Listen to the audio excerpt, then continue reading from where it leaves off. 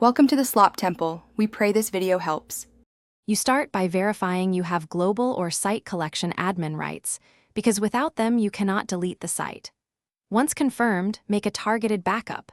Export libraries, save templates, and record unique permissions so you can restore if needed.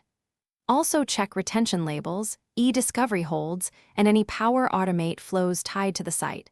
These block deletion. Now open the Sharepoint Admin Center and navigate to the active sites list to begin the deletion process immediately. You select the target site in the Sharepoint Admin Center and choose Delete from the command bar.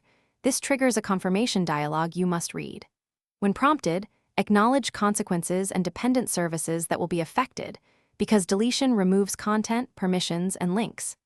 Make sure to unassign hub associations, uninstall site apps, and disable external sharing at site level if required. These can prevent deletion. Once those checks are clean, proceed to confirm and initiate the deletion.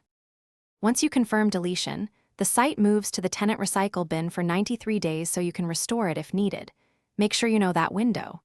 If deletion fails, check for retention policies, e-discovery holds, or pending approvals.